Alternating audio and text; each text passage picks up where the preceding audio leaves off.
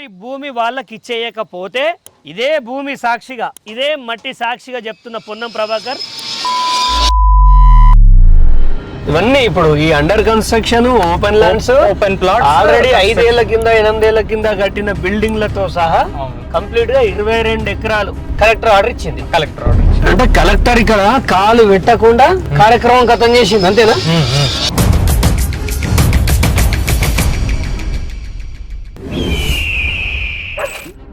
ఇప్పుడు దీన్ని తీయకపోతే బాగా ఇబ్బంది అవుతుంది. ఈ విషయం చాలా దారుణమైన విషయం.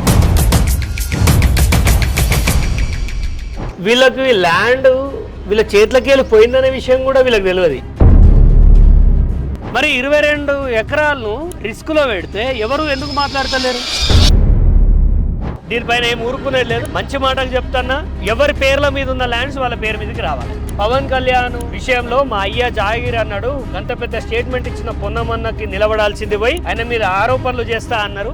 ఆ యదవ సన్నాసులకి చెప్తున్నాయో, మీ అన్న మీ ఇంట్లోకి వచ్చి మీ భూమి లేపితే తెలుస్తుందా బాధ? చాలా మంది అంటారు, చక్రధర్ గౌడ్ నువ్వు గౌడు కదా, మా పొన్న ప్రభాకర్ గౌడ్ వీళ్ళ బహుజన బిడ్డ కాదా, యాదవులు కాదా, ఇదంతా వ్యవసాయం కాదా, ఈ బర్రెలు కాదా, వీళ్ళు చేసేది ఏంటి?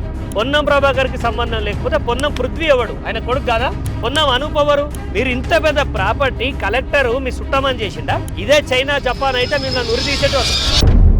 ఇప్పుడు మనం చూస్తున్నటువంటి లెఫ్ట్ సైడ్ ఉన్నటువంటి ఈ షెడ్స్, ఈ షాప్స్, ఈ సీసీ రోడ్స్, ఈ స్ట్రీట్ లైట్స్, ఈ పోల్స్, ఇవన్నీ కూడా ఈ సర్వే నంబర్లోనే కవర్ అయి ఉన్నాయి. కొంచెం స్పీడ్ గానే. ఇప్పుడు ఈ గణేష్ నేత్రాలయ బిల్డింగ్, ఇంత పెద్ద బిల్డింగ్ కూడా ఇందులోనే ఉంటుంది. పొన్నం ప్రభాకర్ ఇందులో భాగమే ఇదంతా కూడా కదా? ఇదంతా కూడా, ఇదంతా వీళ్ళంతా రెసిడెంట్స్ ఇక్కడ ఉన్న వాళ్ళంతా. విఘ్నేశ్వర నగర్ ఇప్పుడు ఈ కన్స్ట్రక్షన్ అవుతున్నది ఇదంతా. ఇది పొలము, ఆవులు, అదంతా ఇది ఇక్కడ ఆవులు ఇట్లది. ఇదంతా మీరు వ్యవసాయం చేసుకునేది. 60 ఏళ్ళుగా మీరు ఉన్నారు ఇక్కడ. స్పీడ్ ఇవన్నీ ఇప్పుడు ఈ under construction open lands, open plot already 5 ఏళ్ల కింద 8 ఏళ్ల కింద కట్టిన బిల్డింగ్లతో సహా కంప్లీట్ గా 22 ఎకరాలు ఆల్మోస్ట్. ఇది కలెక్టర్ ఆర్డర్ ఇచ్చింది. కలెక్టర్ ఆర్డర్ ఇచ్చింది. ఎగ్జాక్ట్. అంటే ఏమని ఇచ్చింది? 22 ఎకరాల వ్యవసాయ భూమి అని ఇచ్చింది. 22 ఎకరాల వ్యవసాయ భూమి 5 భాగాలుగా పంచోటి చేస్తున్నా అన్నట్టుగా ఆమె ఇచ్చినట్టు. మరి ఆమె చూపిస్తుందా 22 ఎకరాలు? ఇప్పుడు ఇక్కడ ఆమె చూపించినట్టు ఆర్డర్ చేయకపోతుంది. ఇదంతా ఈ ల్యాండ్ మొత్తం ఇప్పుడు ఇల్లులంతా కూడా కంప్లీట్ ఇల్లులంతా వచ్చేసి ఇప్పుడు వీళ్ళు అమ్ముకోవాలనుకున్నా అమ్ముకోలేరు. ఏరియా మొత్తం పోయిందా ఇప్పుడు? కలెక్టర్ ఆర్డర్స్ ప్రకారం. కలెక్టర్ ఆర్డర్ మాట్లాడాలి. కలెక్టర్ ఆర్డర్ ఇక్కడ వరకు అండి, ఇక్కడ వరకు. ఇప్పుడు ఇవన్నీ వచ్చి కవర్ అయిపోయినాయి. ఇవన్నీ పక్క కవర్. రైట్ తీసుకో. అంతా తెలవాలి కదా పబ్లిక్ కి. అండర్ కన్స్ట్రక్షన్ ఉన్న బిల్డింగ్ల కా నుంచి కథం పట్టిస్తా అంటే ఎవడొప్పుకుంటాడు? ఎంత అన్ని బిల్డింగ్స్ బ్రదర్. అక్కడ ఆ బిల్డింగ్ వరకు లాస్ట్.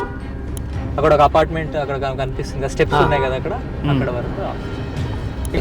ఇప్పుడు ఇది అండర్ కన్స్ట్రక్షన్ అయితే బ్యాంక్ లోన్ రాదన్నట్టే కదా. అసలు ట్రాన్స్ఫర్స్, ఈ ల్యాండ్ మీద ట్రాన్సాక్షన్స్ నే ఆపేసి.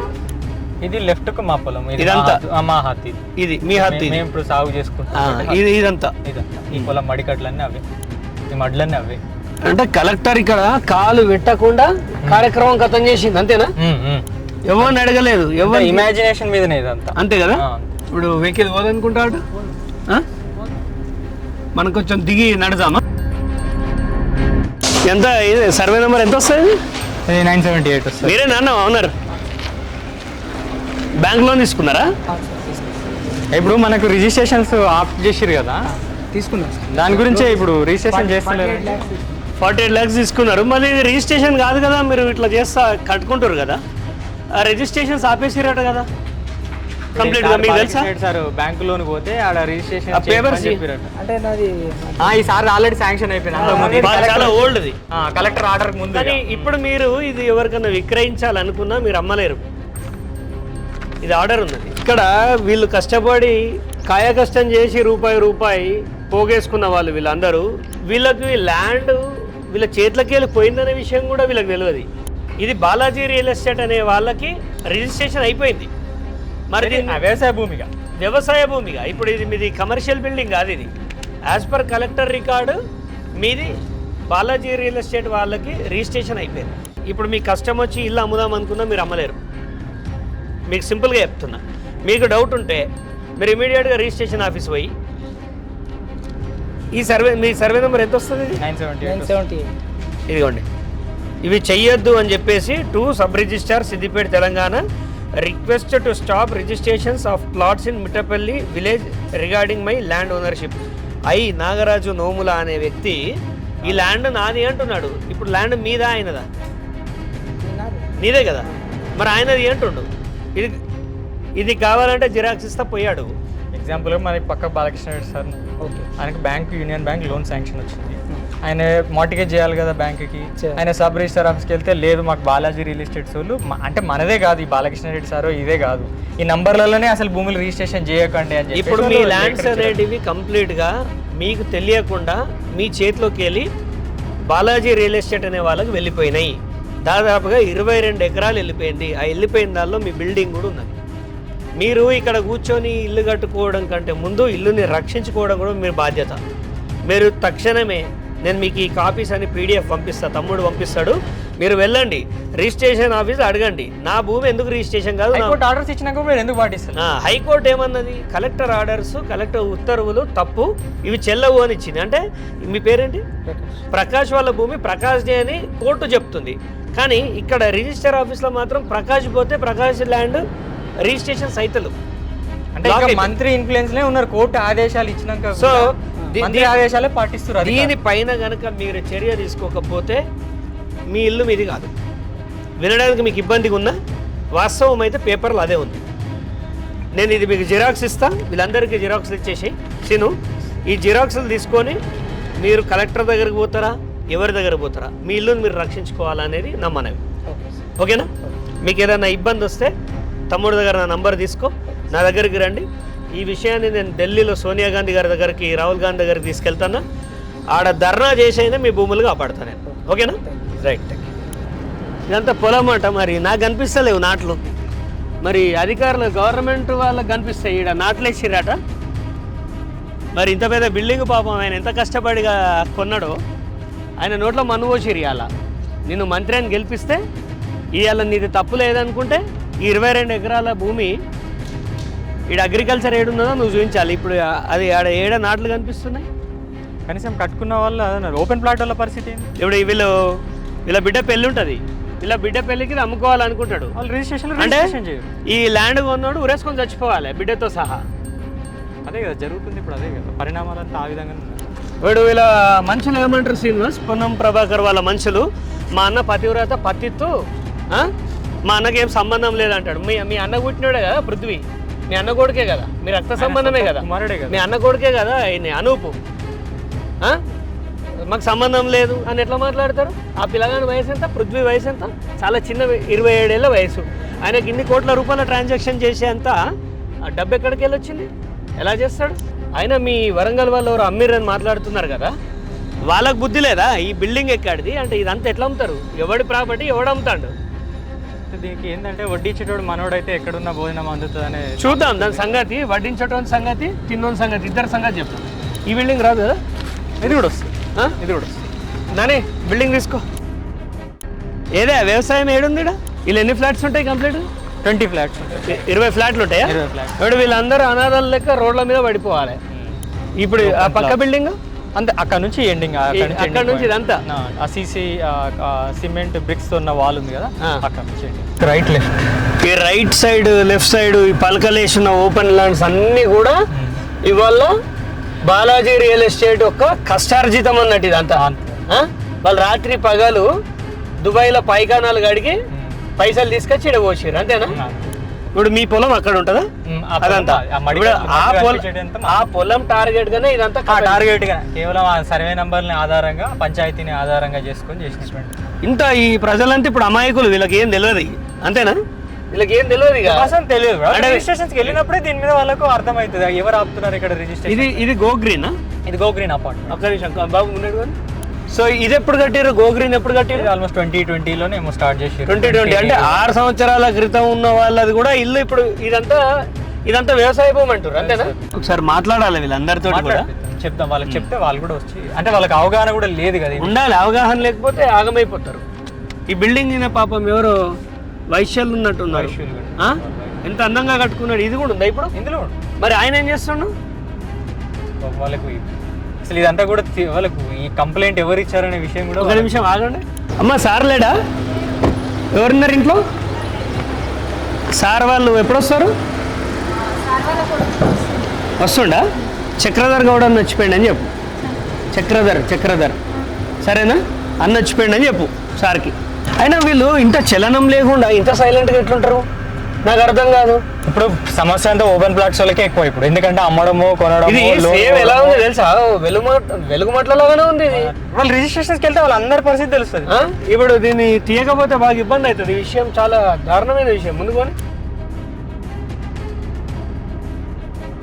ఇంత పెద్ద ల్యాండ్ తీసుకుంటే ఆయనకు ఆ ప్రభుత్వం ఆయనను బర్తరఫ్ చేయకుండా ఎట్లా ఉంచుకుంటుందో నాకు ఇంకా అర్థమైతలేదు.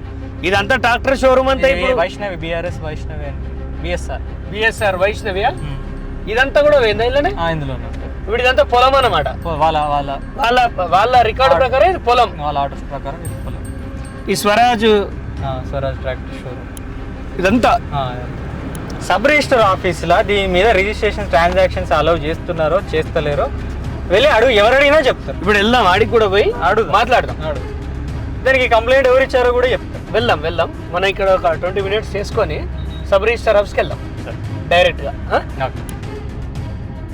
ఇదంతా ల్యాండ్ లెఫ్ట్ అంతా చూపి. ఇదంతా ఈ పొలాన్ని లేపేయడానికి టార్గెటెడ్ గానే ఇదంతా కార్యక్రమం జరిగింది. ఇదంతా తిప్పి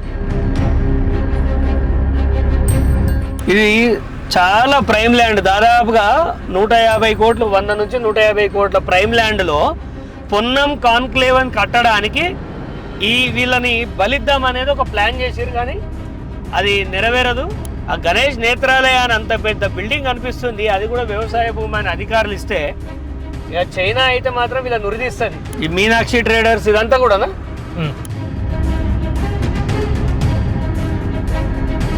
ఆల్మోస్ట్ 22 ఎకరాలంటే నాట్ ఏ స్మాల్ థింగ్. ఇలా ఎక్కువ ఎఫెక్ట్ అయ్యే పీపుల్ ఎవరంటే ఓపెన్ ప్లాట్స్. దీని మీద ఎంత పెద్ద ఎంక్వైరీ జరగాలంటే క్రిమినల్ కేసులు పెట్టాలి దీంట్లో. ఆయన మంత్రి అధికారంలో ఉన్నవారికి ఎవరెదురు తిరుగుతారు. నేను ఎందుకు తిరిగారు చూపిద్దాం కదా, వాళ్ళని అడుగుదాం. అవును సార్ వాళ్ళు ఇచ్చిర్రు అనేది జనానికి తెలవాలి కదా. హైకోర్టు ఆర్డర్స్ ఇప్పుడు ఇచ్చినా కూడా హైకోర్టు ఆర్డర్స్ అయితే కంప్లై కావాలి కదా, మీరు ఆర్డర్స్ అన్న పాటించాలి కదా. వీళ్ళకి సంబంధించినవి వీళ్ళు ఏదో ఇవాళ వచ్చి కట్టింది కాదు, ఈ ఆవులు ఇవాళ టీ కావు. ఈ కొట్టం కూడా దాదాపు 50 ఏళ్ళ కొట్టం ఇది. ఇప్పుడు శ్రీనివాస్ ఈ భూమిని కొట్టేయడానికి చేసిన ఒక ప్రయత్నంలో భాగంగానే ఈ 22 ఎకరాలను చూసి చూడకుండా 30 ఏళ్ళ రికార్డు మాయం చేసి డైరెక్ట్గా శ్రీ బాలాజీ రియల్ ఎస్టేట్స్కి ఎక్కించారు. అంటే మీకు చుట్టాలు ఎవరైతే ఉన్నారో మీరు రక్త సంబంధికులని చేసి ఆ పార్టీషన్ రికార్డు చేశారు. ఇది బాయ్.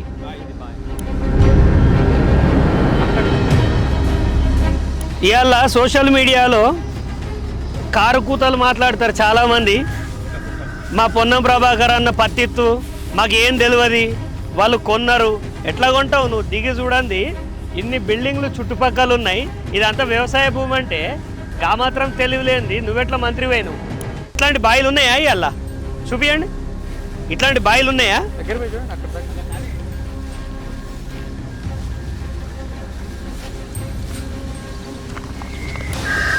ఈ చుట్టుపక్కలంతా బిల్డింగ్. ఓవరాల్గా 8 ఎకరాల 30 గుంటలు మాత్రమే వ్యవసాయ భూమి ఉంది. మిగతా ఎక్కడ కూడా ఇంచు కూడా వ్యవసాయ భూమి లేదు. ఇదంతా మనం వ్యవసాయం చేసేదేనా? మీరు చేసేదేనా? అది ఎవరైనా అడిగినా ఇది మీరు తప్ప ఇప్పుడు ఇంకెవరు లేరు. మీ ముగ్గురు పాలు ఉన్నదా ఇలా? ముగ్గురు. మా తాతగారికి ముగ్గురు.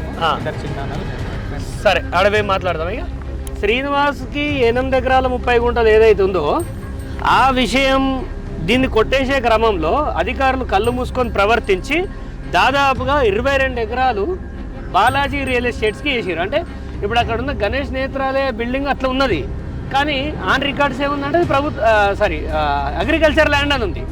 ఇప్పుడు ఆయన బ్యాంకు లోను పోదామన్నా బ్యాంకు లోన్ పోలేడు, పరిస్థితి లేకుండా అమ్ముకుందామన్నా ఆయన అమ్ముకోలేడు. మరి 22 ఎకరాలను రిస్క్లో పెడితే ఎవరు ఎందుకు మాట్లాడతలేరు? అంటే ఇక్కడ దాదాపు ఒక 150 కుటుంబాలు ఉంటాయా అపార్ట్మెంట్స్లో? ఒక 200 వరకు ఉంటాయి. ఒక 200కు అంటే ఒక 1000 మంది ఎఫెక్ట్ అయ్యే పరిస్థితి ఉంది ఇక్కడ. పోనీ వీళ్ళు ఏదో ఎవరి దయ మీదనో డబల్ బెడ్రూమ్లు గవర్నమెంట్ ఇస్తే ఇందిరా మిల్లులు తీసుకున్న వాళ్ళు కాదు వీళ్ళంతా. వీళ్ళు రూపాయి పోగేసి ఎన్నో ఏళ్ళు కష్టపడితే జాగా తీసుకొని రూపాయి కూడా పెట్టుకొని ఇల్లు కట్టుకున్నారు. వీళ్ళు ప్రైవేట్ బ్యాంకుల నుంచి లోన్ తీసుకున్నాడు అన్న. ఇలా భూభారతిలో కొడితే ఆయన భూమి ఏమని వస్తుంది? బాలాజీ రియల్ ఎస్టేట్ ఎవడు? సబ్ రిజిస్టర్ ఆఫీస్కి వెళ్తేనేమో ఈ ప్లాట్స్ మీద బాలాజీ రియల్ ఎస్టేట్ వాళ్ళు కంప్లైంట్ ఇచ్చారు, రిజిస్ట్రేషన్ చేయొద్దు అని చెప్పేసి అని వాళ్ళు అఫీషియల్ ఒక లెటర్. అంటే ఇప్పుడు ఎవరైనా వాళ్ళ బిడ్డ పెళ్లికి భూమి అమ్ముకుందామన్నా, పిల్లల్ని చదివిపిద్దాం ఎంబీబీఎస్ చేద్దామని భూమి అమ్ముకుందామన్నా అవి రిజిస్ట్రేషన్స్ కావు. ఇప్పుడు అపార్ట్మెంట్ కష్టపడి కడుతున్నారు, దానిలో చాలా మంది బ్యాంకు లోన్లు తెచ్చి కడతారు. ఆ ఫ్లాట్లు అమ్ముకుందామంటే అవి రిజిస్ట్రేషన్ కానప్పుడు దొంగ భూమి కిందకి అయిపోతుంది కదా. మాటలే కాదు, బాలాజీ రియల్ ఎస్టేట్ ఈ ఆర్డర్ జూమ్ చేసి చూపి. ఈ ఆర్డర్ చాలా మంది పొన్నం ప్రభాకర్ అంచర్లు మీ అన్న మీ ఇంట్లోకి వచ్చి మీ భూమి లేపితే తెలుస్తుందా బాధ. చాలా మంది అంటారు చక్రధర్ గౌడ్ నువ్వు గౌడు కదా, మా పొన్నం ప్రభాకర్ గౌడ్ వీళ్ళ బహుజన బిడ్డ కాదా, యాదవులు కాదా, ఇదంతా వ్యవసాయం కాదా, ఈ బర్రెలు కాదా, వీళ్ళు చేసేది ఏంటి అనే సబ్జెక్ట్ చూడండి. Request to stop registrations of plots in Mittapalli village regarding my land ownership. ఇక టైటిల్ అని ఎలా పెట్టాడు, రిగార్డింగ్ మై ల్యాండ్ ఓనర్షిప్. ఏడికెళ్ళి వచ్చింది నీకు మై ల్యాండ్? ఇప్పుడు పొన్నం ప్రభాకర్ అంచర్లు ఏమంటారు అంటే, శ్రీనివాస్ సింపుల్గా ఈ జాగా అంతా మాదే, మాకు సవ్యంగా అమ్మితే కొన్నామంటారు. ఎవరు అమ్మిర్రు అంటే మీ రక్త సంబంధీకులు అని నేను చెప్తాను వినండి. మీ రక్త సంబంధీకులు అమ్మిరని అంటారు. ఇవాళ చక్రధర్ మీ వైపు నిలబడి మాట్లాడితే అన్యాయం దిక్కు మాట్లాడుతుండు, పొన్నం ప్రభాకర్కి ఏం సంబంధం లేదంటారు. పొన్నం ప్రభాకర్కి సంబంధం లేకపోతే పొన్నం పృథ్వీ ఎవడు? ఆయన కొడుకు కాదా? పొన్నం అనూప్ ఎవరు? వాళ్ళ అన్న కొడుకు అశోక్ వాళ్ళ కొడుకు కాదా? వాళ్ళ వయసు ఎంత? 27 వయసు ఆ అబ్బాయిది. అంటే ఇతనికంటే చిన్నవాడు. 27 ఏళ్ళ పృథ్వీ ఇంత పెద్ద ల్యాండ్. ఈ అన్న ఒక ఇల్లు కొనుక్కోవాలంటేనే ఈ నెల నుంచి ఎంతో ఇబ్బంది పడి బ్యాంకు లోనికి పోతే మీరు ఇంత పెద్ద ప్రాపర్టీ కలెక్టరు మీ చుట్టమని చేసిందా? ఇదే చైనా జపాన్ అయితే మిమ్మల్ని నురి తీసేటోళ్ళు, ఈ అధికారులను అందరూ నురి తీసేటోళ్ళు. ఈ రకంగా వీళ్ళ భూముల్ని కిరికిరిలు ఇరికిచ్చి ఎవడు ఇరికివన్నాడు? ఎవరి అధికారాలు ఎవడు ఆదేశం ఇస్తే చేసింది? పొన్నం ప్రభాకర్ చెప్తే భయపడతామా మేము? బాధాకరమైన విషయం ఏంటంటే హైకోర్టు తీర్పు ఇచ్చినా కూడా వాళ్ళు అమలు ఈ రోజు అంటే దాదాపు ఒక 1 మంత్ అవుతుందా కలెక్టర్ ఆర్డర్ని, కలెక్టర్ ఇచ్చిన ఉత్తర్వులని ఇంట్రీమ్ సస్పెన్షన్ చేస్తున్నామని హైకోర్టు ఆఫ్ తెలంగాణ చెప్తే ఇక్కడున్న ఆర్టీఓ పట్టించుకోడు, ఎంఆర్ఓ పట్టించుకోడు, కలెక్టర్ పట్టించుకోదు. ఏమమ్మా కలెక్టర్ అమ్మా ఏమనరనుకుంటున్నావా? ఈ దేశంలో ఎలాంటి చట్టాలు ఉన్నాయి మీకు తెలియదా? మీరు ఒక బ్యూరోక్రాట్ అయితేంది? ఏం పద్ధతి ఇది? మీరు ఇమ్మీడియట్గా ఈ దీనికి సొల్యూషన్ కావాలంటే మేము ఒకటే డిమాండ్ చేస్తున్నాం.